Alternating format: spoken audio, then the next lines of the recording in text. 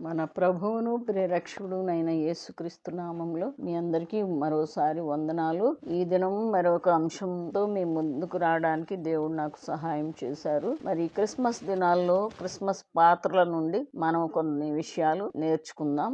మొట్టమొదటిగా మనం ధ్యానించుకోవాల్సిన అంశం ఏంటంటే దూతతో మరి క్రిస్మస్ ప్రారంభమవుతుంది. లూకా సువార్త 2వ అధ్యాయంలో గాని, మత్తయి సువార్త 1వ అధ్యాయంలో గాని ఈ దూత పేరు గాబ్రియేల్ అని మనం చదువుకుంటున్నాం. దూత పని ఏంటంటే వర్తమానాలు దేవుని నుండి మానవులకు, మానవుల నుండి దేవునికి తీసుకెళ్ళటం, వార్తాహరుడుగా పనిచేశాడని. మరి రెండవదిగా మరి దేవుని చిత్తాన్ని నెరవేర్చడానికి తను తాను సమర్పించుకొని అవమానాలను, నిందలను భరించింది.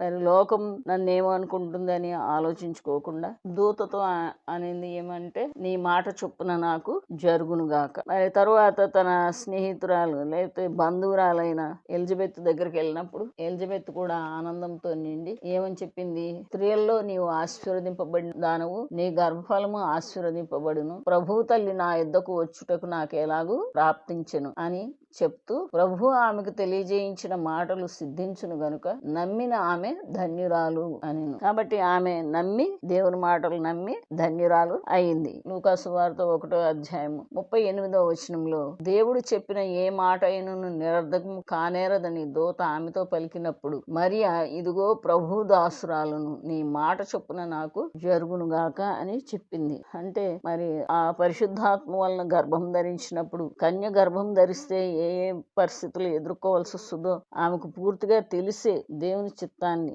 దేవుని ప్రణాళికను నెరవేర్చడానికి తను తాను సమర్పించుకుంది.